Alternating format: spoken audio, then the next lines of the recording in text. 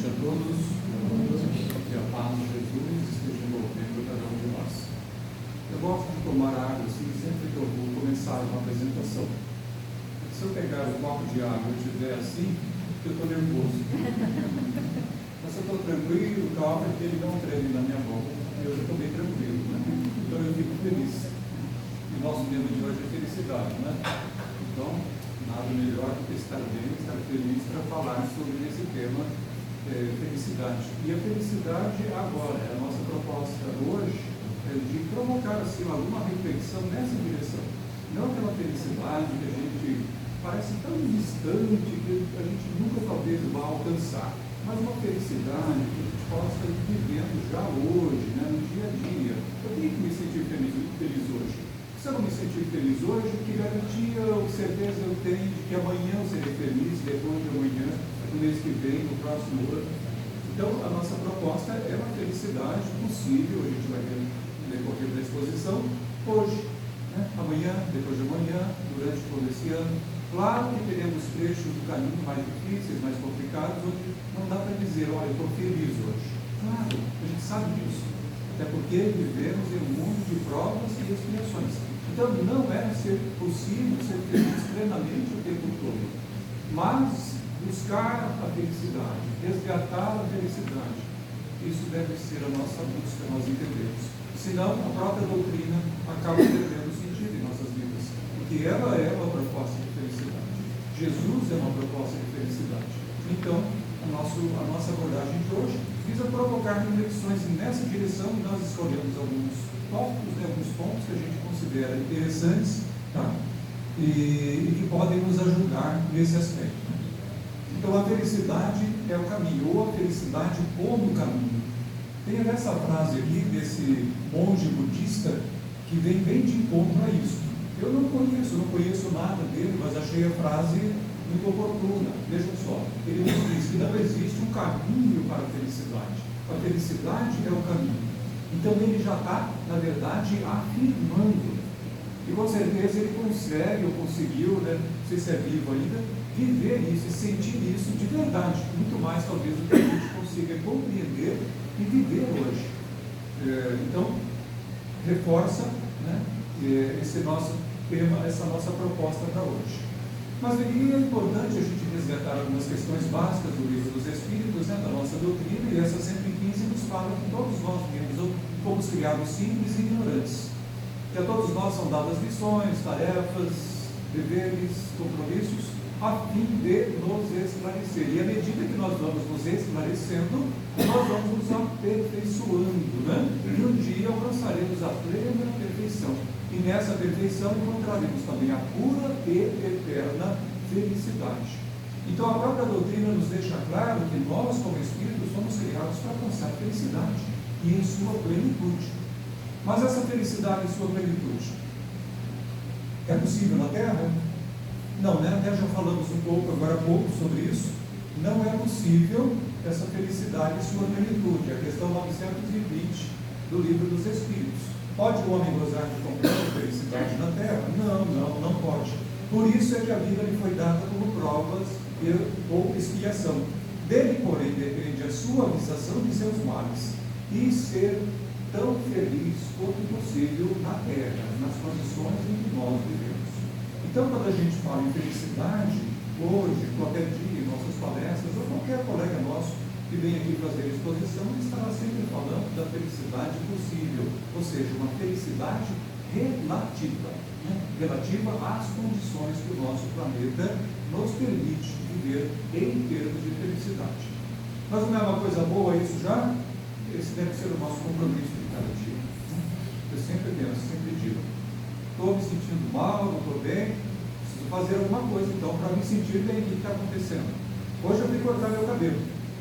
E aí eu estava lá no salão e estava me lembrando que alguns meses atrás, uma das vezes que eu fui lá cortar o cabelo, e eu sempre gosto de ir lá, me sinto muito bem com os meus amigos, né, porque eu corto cabelo há muito tempo.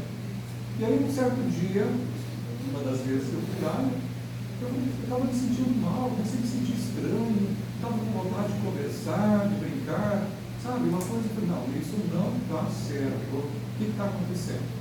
Eu sempre me sinto muito à vontade, muito bem aqui. aqui, então está havendo alguma influenciação espiritual, né? Isso é influenciação espiritual. Aí o que eu fiz? Já que a gente está sentado mesmo, né? Você não faz outra coisa nessa hora, porque os olhos fechados, estava fazendo de oração. Gente, passou imediatamente. Então era envolvimento espiritual, né? Entidades espirituais. E ficou assediando. Sei lá por quê, né? E pegaram lá. E assim nos pegam também em muitas outras situações, em outras circunstâncias de nossa vida.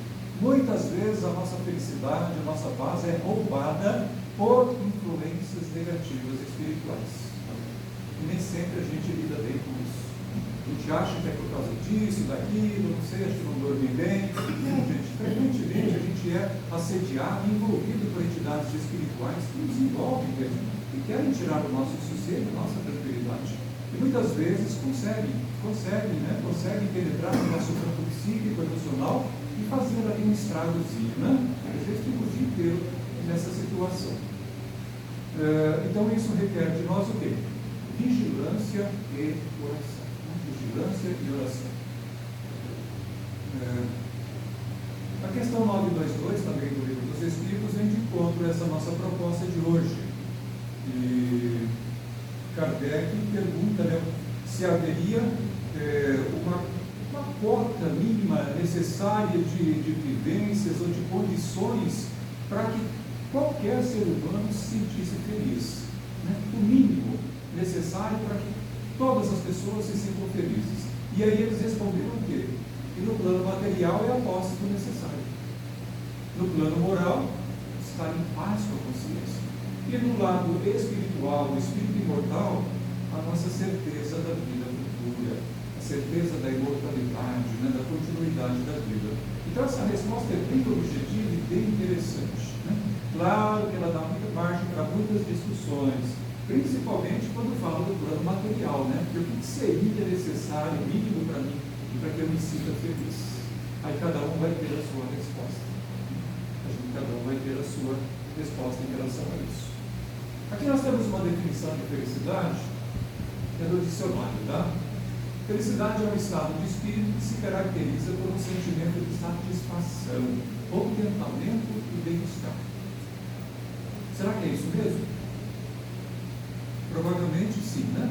Isso aqui, mas eu acredito que felicidade é algo muito mais profundo, vai muito além disso. Então eu sempre deixo para o público também encontrar, pensar, meditar aí no que é a felicidade. Né? Cada um pense o que é a felicidade para você. Né? Como você sente que é a felicidade? Então cada um vai ter sua concepção em virtude da sua própria condição evolutiva. Cada um tem a sua definição de felicidade.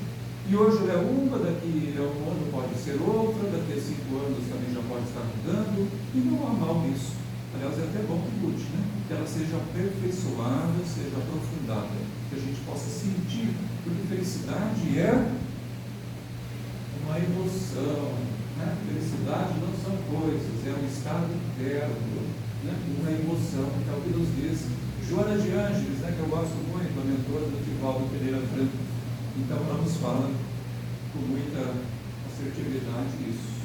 E ela está falando como espírito, né, gente? Um espírito muito maduro, bastante desenvolvido, que viveu, teve contato direto com Jesus Cristo, né? Joana de Cusa, teve outras encarnações muito importantes também no solo do nosso planeta. Um espírito assim muito esclarecido, eu diria, muito esclarecido. As obras dela, a série de obras psicológicas dela são maravilhosas. Pessoas da área psicológica dizem: a psicologia da Joana de Ângeles é a psicologia do futuro. E é verdade, é a psicologia do futuro.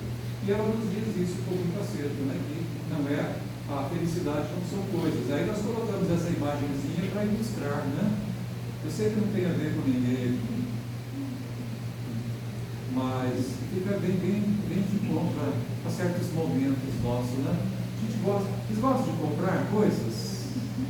Eu gosto de comprar, todo mundo gosta de comprar, né? É bom comprar, é bom ter dinheiro para poder comprar, inclusive, muitas coisas que nos deixam muito satisfeitos. Tem coisas que a gente precisa comprar, né? Às vezes a gente até protela comprar algumas coisas que precisa, porque às vezes o dinheiro está curto, né? Mas tem coisas que chega um momento que a gente precisa realmente comprar. Não é ficar comprando a torta e direito, comprando, né, qualquer coisa, senão acaba virando um vício. Aqui nós temos uma imagem bem sugestiva, obviamente, nos levando a pensar no exagero do comprar e no encontrar no comprar motivo de felicidade. Aí eu coloquei essa frase ali do Daniel Goleman do livro Inteligência Emocional para nossa reflexão em torno dessa imagem. O impulso é o veículo da emoção. Então a pessoa tem a emoção, vê lá aquela roupa, vê aquela calça, aquela blusa, né? Vê lá aquele anel, vê aquele par de sapato, sente-se tentada realmente. Então aí vem a emoção. Mas, do lado da emoção, deveria estar sempre a razão, para poder equilibrar, avaliar, preciso realmente disso, estou em condições de comprar isso, seria talvez melhor dar um tempo, talvez deixar para o mês que vem, pensar um pouquinho mais, enfim, há que se ponderar para se buscar um equilíbrio entre a emoção e a razão, o uso do discernimento. Claro, isso a gente deveria fazer em relação a tudo em nossa vida, né? Sempre que a gente é chamado a combinar ou fazer alguma escolha. Então, quando a pessoa se deixa levar pela emoção, compra por impulso. Aí surge a impulsividade. Compra por impulso. Depois, por que eu fui comprar? Vai pensar depois do que comprou, né? E muitas vezes se sentir arrependida por ter comprado alguma coisa que não faria falta. Então, essa imagem é bem sugestiva e se aplica bem à questão das coisas materiais das nossas vidas. Não podemos depender de coisas materiais, né, para sermos felizes. A felicidade deve vir no cultivo desse sentimento em nossas vidas. Uma frase de Kardec, muito oportuna para nós, nos dizendo que a nossa felicidade será naturalmente proporcional, né, à felicidade que fizermos para os outros. Isso aí está no Evangelho. Eu até procurei a fonte, o capítulo não achei, acho que veio para cá. É um chamado a pensarmos no altruísmo, né? Pensar no outro. É curioso isso, né? Perceber que para a gente ser feliz temos que fazer os outros felizes. Parece meio contraditório, né? Parece que às vezes, não, mas para eu ser feliz eu tenho que me fazer feliz. Claro, tem aquela coisa também do ama o teu próximo como amas a ti mesmo. É necessário também se amar, se cuidar, se valorizar. Senão, se você não tiver uma estima por você mesmo, ou a estima está lá embaixo, como que eu vou amar outra pessoa, outras pessoas, se eu não estou conseguindo sentir-me bem comigo mesmo? Se eu não estou em paz comigo mesmo, se eu não estou alegre com a minha vida, se eu não estou me sentindo valorizado por mim mesmo, não é pelo outro, é por mim mesmo. Porque é difícil, é um pouco difícil a gente amar o outro, a gente até pode fazer algo pelo outro, né? Se doar até em favor do outro, mas é importante também estarmos atentos às nossas necessidades. E não é só necessidade material, é aquela necessidade do plano emocional, é necessidade de auto-amor, é necessidade de auto-valorização, de se perceber competente, de se perceber capaz de fazer enfrentamentos às situações da vida. Esse é o tripé da autoestima, tá? Competência pessoal, é o sentimento que eu tenho de competência, a capacidade de lidar com as situações que a vida me traz, ou seja, não ficar apenas teorizando, mas também ter um senso de valor pessoal. Quando a gente junta tudo isso, a gente tem um caminho para a autoanálise no campo da autoestima, que é o autoamor, o amar a si mesmo. Então é necessário isso, porque a criatura sem amor a si mesmo, qual comportamento terá? Um comportamento de alienação, né? Um comportamento depressivo, um comportamento talvez raivoso, invejoso, ciumento, porque onde falta autoestima, tudo isso floresce, tudo isso se desenvolve. Ah, mas Valdemar, então, será que é a minha inveja que eu tenho do fulano, meu ciúme? Sim, sem dúvida alguma. A pessoa que se ama, ela se sente bem consigo mesma. Nós não podemos depender nunca do outro para sermos felizes. Deus fez tudo corretamente. Então, autoamor, autovalorização, enfrentamento das situações da vida são condições indispensáveis para esse sentimento de felicidade. E já no caminhar, já no dia a dia, não é para amanhã, é para hoje.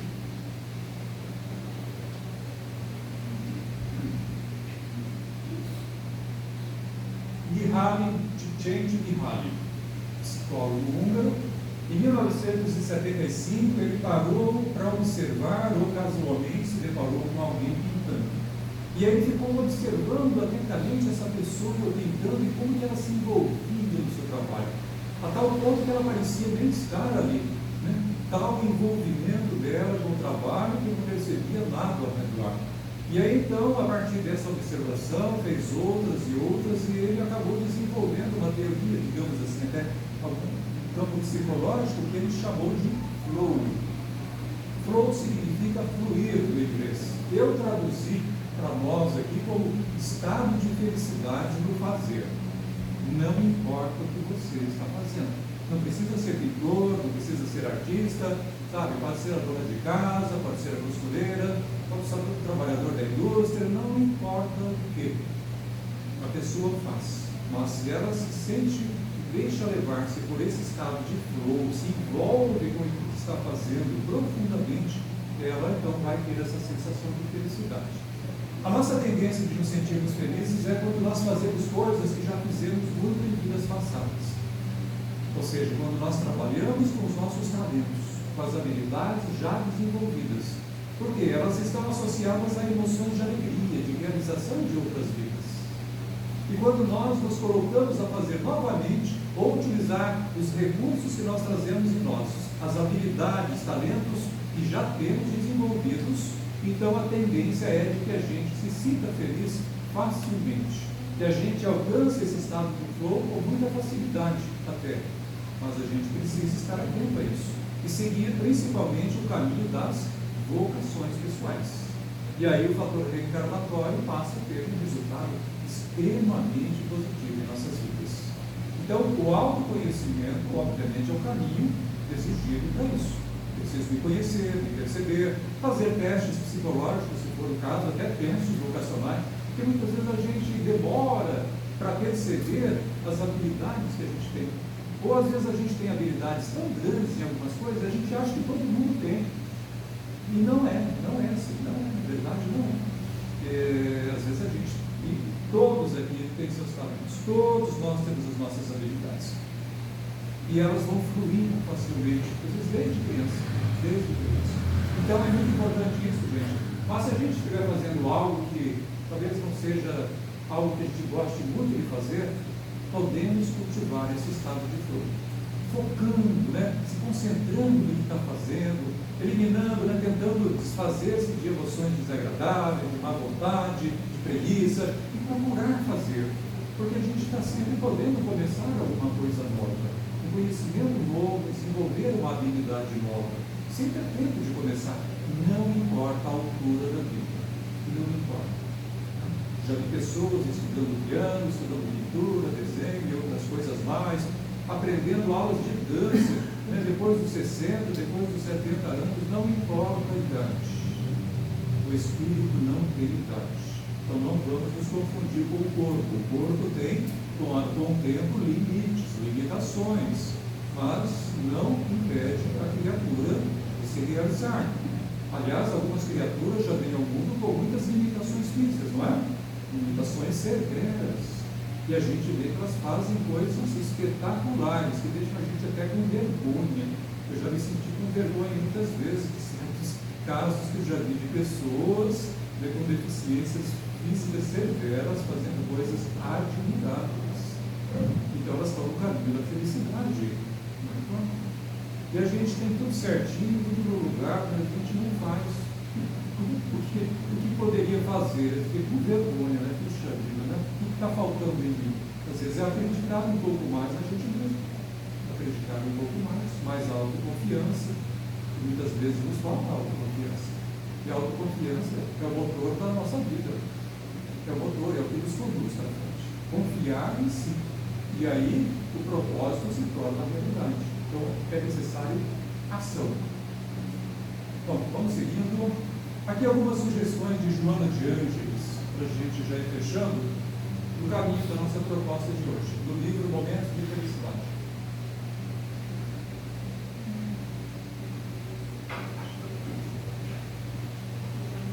Reserva-te alguns minutos diários para o silêncio, para a reflexão, para a oração. Todo mundo aqui faz isso? Todo dia todo mundo tem aqui uns minutinhos para silêncio? É possível, né, gente? Porque são 24 horas no dia. Não vale levantar à noite, né? Que está todo mundo dormindo em silêncio. Não são essas horas, são as horas de vigília.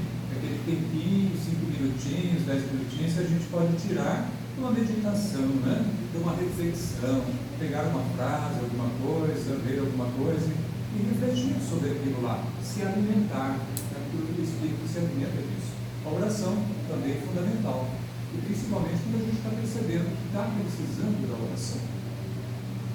Selecione uma página edificante para uma leitura enriquecedora. Livrinho Pão Nosso, Linha de Luz, são textos bem curtos, a gente lê rapidinho. Pode ler, estar sozinho no carro, dentro do quarto, fazer um comentário em voz alta, né? Vou fazer a reflexão, mas nossa mente ela irradia. Às vezes essa irradiação nossa ela vai envolver criaturas que estão precisando do mundo espiritual. Vai longe o pensamento, vai longe. Se maus pensamentos vão longe, os bons também vão longe, né? E vão muito mais longe, porque é a irradiação mais pura, mais sutil, é uma frequência que vai mais longe. Então, a gente não só está se ajudando, mas também ajudando outras pessoas ou espíritos. Conserva o otimismo em qualquer circunstância. Mas isso é difícil, Valdemar. Claro que é, né? Não dá para se manter tão otimista diante de tantas notícias, de tantas coisas que nos chegam. Mas é um exercício, tá, gente? É um exercício que a gente está propondo aqui. Uma prática, uma vivência. Exercitar, até o ponto que a gente, até quando esteja vivendo uma situação mais complicada, a gente consiga manter o equilíbrio. Nunca duvides da ajuda de Deus. Joana de Anjos, a mentora do Divaldo, espírito esclarecido, é que está nos falando sobre isso. Está nos dizendo, né, do seu ponto de vista espiritual, que a gente não deve duvidar nunca de que Deus está nos ajudando. E às vezes, gente, Deus está onde menos parece estar. Onde menos parece estar. Mas Ele está presente sempre, sempre. Faze o bem sempre que surja ocasião. Então não perder a oportunidade de fazer o bem, viver a caridade, né? Perdoando, compreendendo, ouvindo simplesmente, dando atenção para outra pessoa, né? Ou às vezes uma ajuda material, pequena que seja, mas válida, sempre importante. Então é possível ajudar, sempre é possível ajudar, diretamente, pessoalmente, em questões pessoais ou até em grupos, né? Questões mais coletivas. E a frase eu não coloquei toda aí, mas ela diz: e quando não surgir a ocasião, procure criar as situações para isso. Fixa a alegria e esqueça a tristeza, a mágoa, a ofensa. Pensar na alegria, né? Buscar o sentimento de alegria. Na hora que ele está faltando, onde a tristeza está querendo tomar conta da gente, onde a mágoa, aquele pensamentozinho, né, desagradável, aquela emoçãozinha chata, que às vezes quer tomar conta da gente, porque alguém falou algo que não nos agradou, enfim, fizeram alguma coisa que não nos agradou. Então, é uma responsabilidade nossa não permitir que as mágoas se instalem dentro do nosso mundo, né? E não ficar atribuindo aos outros a responsabilidade por nossas mágoas. Valdemar, mas o que eu vivi, não tem problema. Viveu, aprende a perdoar, aprende a esquecer, superar aquilo e agradecer a Deus por aquilo, né? Para se fortalecer. Esse é o momento do crescimento espiritual. O progresso espiritual ele vem na adversidade. É quando a tristeza está querendo desenvolver, quando a depressão está batendo na nossa porta, quando o desânimo está ali, sabe, envolvendo também. Esse é o momento do crescimento espiritual. Principalmente esse, que é aí que se fortalece o espírito. É aí que o espírito se fortalece. É um grande desafio, mas é um exercício necessário. Se a gente não fizer essa tarefa hoje, vamos ter que fazer amanhã. Se não fizer amanhã, o ano que vem, ou na próxima vida, ou na outra depois, mas a gente vai ter que aprender a fazer isso. É o autocontrole, a autogestão das emoções, temos que aprender a fazer isso. Né? Transformar vivências incômodas em aprendizado. Transformar uma lembrança de raiva, de ódio, em uma lembrança de amor. E trabalhar isso no mundo íntimo, né? Trazendo aquela vivência incômoda do passado, traz para a mente, relembra ela, mas tenta relembrar sem se emocionar. Tira, faça o esforço de vivê-la, mas como se você estivesse assistindo a experiência que você está vivendo. Tira aquela emoção, tira aquela emoção. Cultiva a humildade, né? Para cultivar a humildade.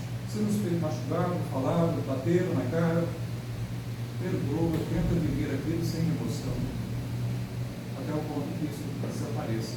E desaparece. Né? Com a insistência desaparece. Só o bem merece consideração. Só o bem. Então, mesmo que o mal bata na nossa porta, mesmo que as notícias ruins campeiem, nós devemos dar atenção ao bem. O mal não merece comentário em tempo algum, diz André Luiz em uma das suas mensagens. A felicidade, desse modo, está esperando por ti. Palavras da Joana de Ângeles, nos ajudando aí nesse processo de cultivo do sentimento de felicidade, para que a nossa vida valha a pena. Para valer a pena, ela tem que ser vivida com felicidade, por busca da felicidade, constantemente. E para fechar com essa frase de Jesus Cristo: ama o teu próximo como amas a ti mesmo. Eu agradeço a atenção de vocês e a oportunidade de estarmos juntos aqui mais esta noite. Me despeço desejando muita paz a todos e a todas as famílias.